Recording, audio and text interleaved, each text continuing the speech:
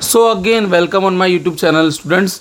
आज हम बात करेंगे GNP that is gross national product and उसके बाद NNP that is net national product. Last lecture में हमने बात की थी एनडीपी और जीडीपी की, ठीक है। ध्यान देना, फिर से मैं एक बार रिवाइज करा रहा हूँ। जीडीपी क्या बोलता है कि जो भी प्रोडक्शन हो रहा है हमारी कंट्री के बाउंड्री के अंदर, ठीक है, उसमें क्या ध्यान देना, जीडीपी में बाउंड्री, कि जो भी प्रोडक्शन हो रहा है हमारी कंट्री के बाउंड्री के अंदर, चाहे वो फॉरेन का सिटीज़न कर रहा हो, चाहे हमारे खुद की कंट्री का सिटीज़न कर रहा हो, लेकिन उसका प्रोडक्शन कहाँ होना चाहिए, हमारी कंट्री के बाउंड्री के अंदर। उसको हम उस प्रोडक्शन को हम किसके अंदर कैलकुलेट करेंगे, जीडीपी में। आया समझ में, जीडीपी एक साल का, ठीक है। अब जीएनपी का मतलब क्या होता है, जीएनपी का मतलब होता है, यहाँ पे बाउंड्री दिमाग में नहीं रखना। जीएनपी वर्ड आ गया तो आपको ना सिटीजन दिमाग में रखना है कि अगर हमारी कंट्री का कोई भी सिटीजन प्रोडक्ट प्रोड्यूस कर रहा है, कोई भी प्रोडक्ट, ठीक है, चाहे वो हमारे खुद की कंट्री में कर रहा हो या चाहे फॉरेन कंट्री में जा रहा हो, इसमें क्या ध्यान देना, सिटीजन होना चाहिए हमारी कंट्री का।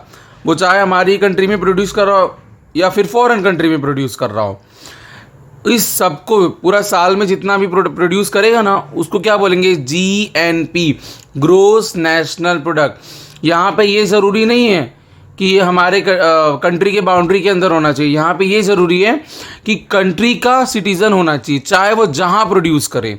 वो सारी चीज़ें किसके अंदर आएंगी, पूरे ईयर की GNP that is gross national product, ठीक है।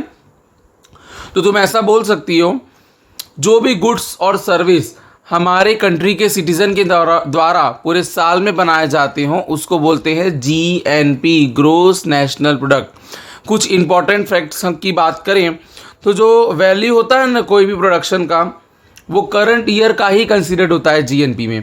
फॉर एग्जांपल, अगर ये प्रोडक्शन का वैल्यू पिछले साल में कुछ अलग होता है, इस साल में अलग होता है, तो हम पिछले वाले साल का वैल्यू कंसिडर्ड नहीं करते। हम जिस ईयर का काम कर रहे हैं उसी करंट ईयर का हम प्राइस कंसिडर करेंगे।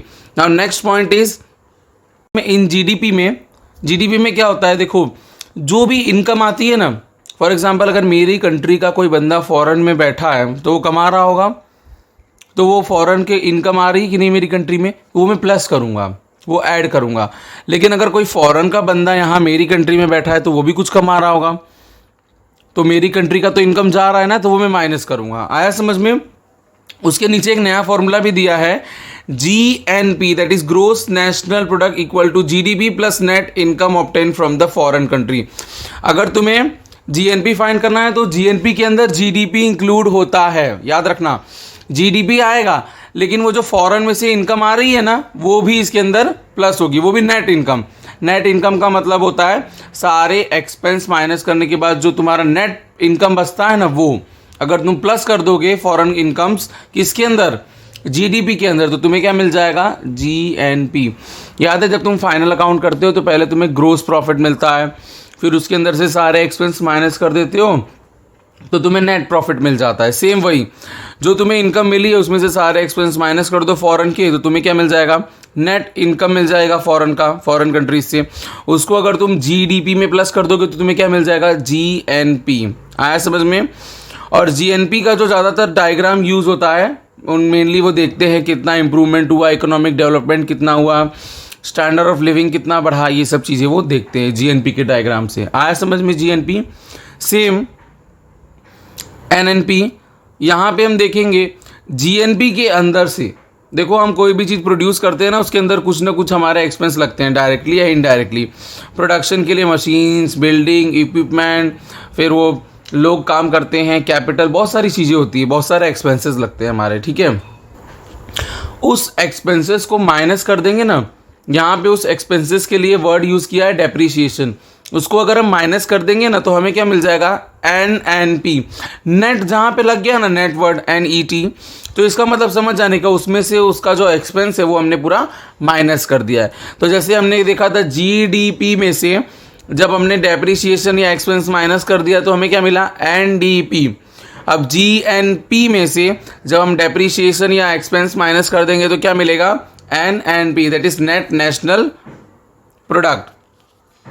इंपॉर्टेंट फैक्ट देख लोगे तुम लोग, the value of the production of current year after deducting depreciation, वही सेम जो नीचे हमने फॉर्मूला बताया ना, उसी का बस लिख के दे दिया है इंपॉर्टेंट फैक्ट्स में फर्स्ट पॉइंट में, और सेकंड का फॉर्मूला लिख के दे दिया है। ठीक है, ये ना समझो, ये आप ना रट्टा मत मारो, क्योंकि ये आप कोई ये स्टेटिस्टिक्स नहीं कर रहे हो। स्टेटिस्टिक्स के भी फॉर्मूले जल्दी लर्न नहीं होते जब तक हम समझते नहीं हैं, तो इसीलिए आप इसको समझ के करो। ठीक है, रट्टा मारने की कोई ज़रूरत नहीं है इसके अंदर।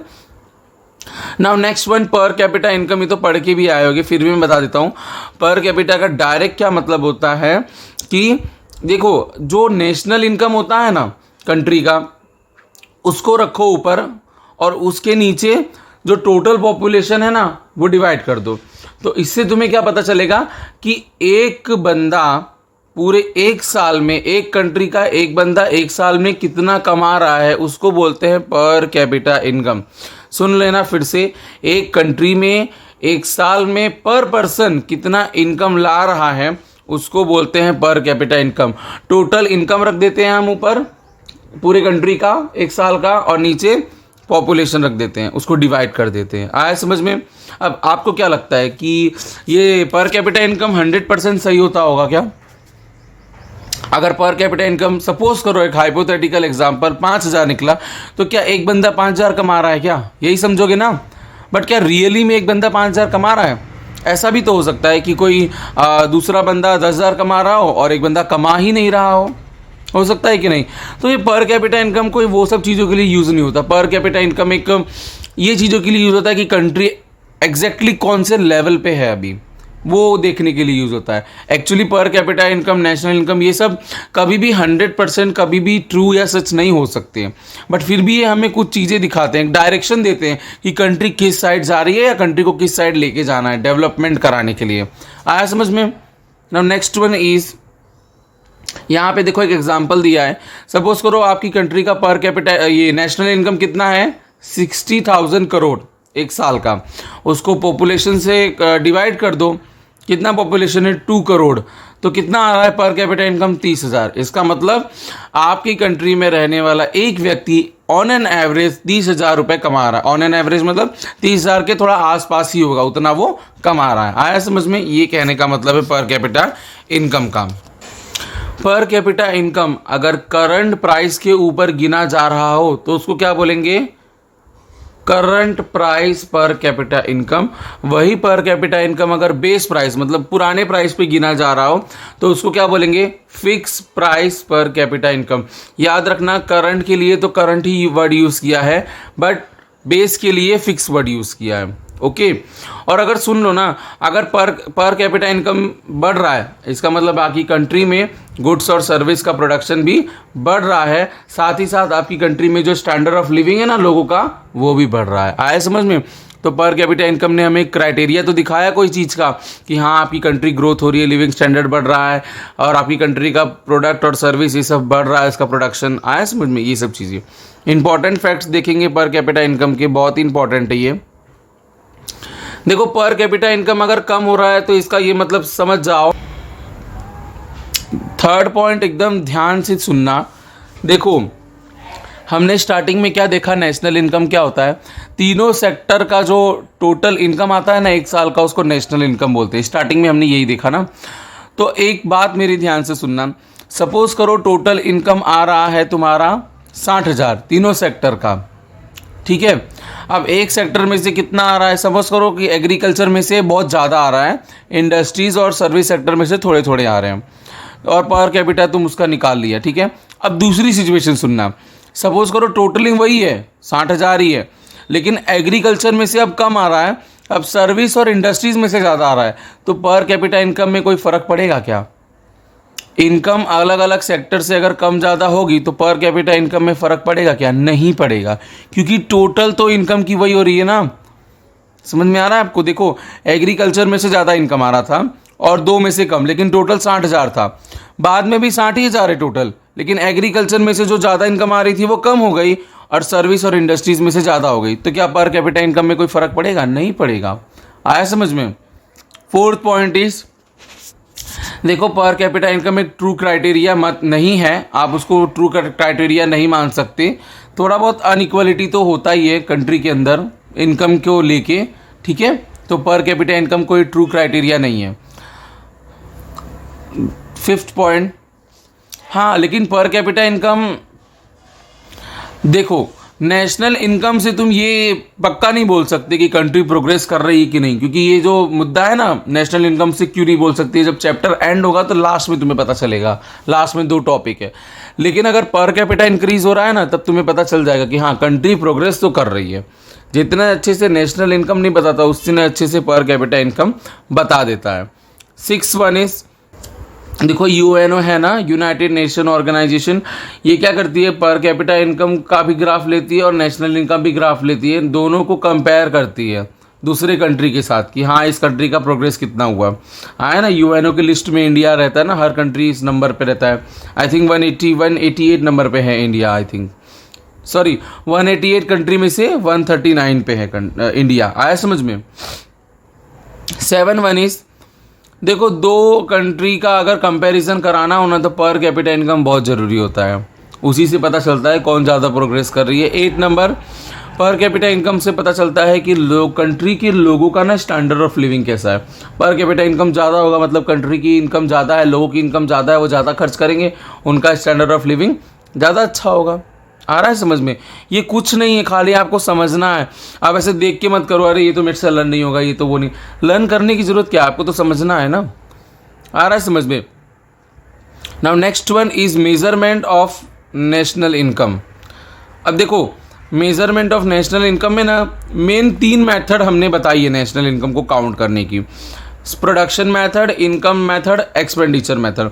आपको याद होगा नेशनल इनकम का 3 डेफिनेशन भी था, कुछ महान लोग ने 3 डेफिनेशन दिया था, उन्हीं महान लोग ने ये 3 मेथड भी पकड़ा दी है नेशनल इनकम को काउंट करने की। आए समझ में, जो हम नेक्स्ट लेक्चर में करेंगे। इसके अंदर 3 टॉपिक है।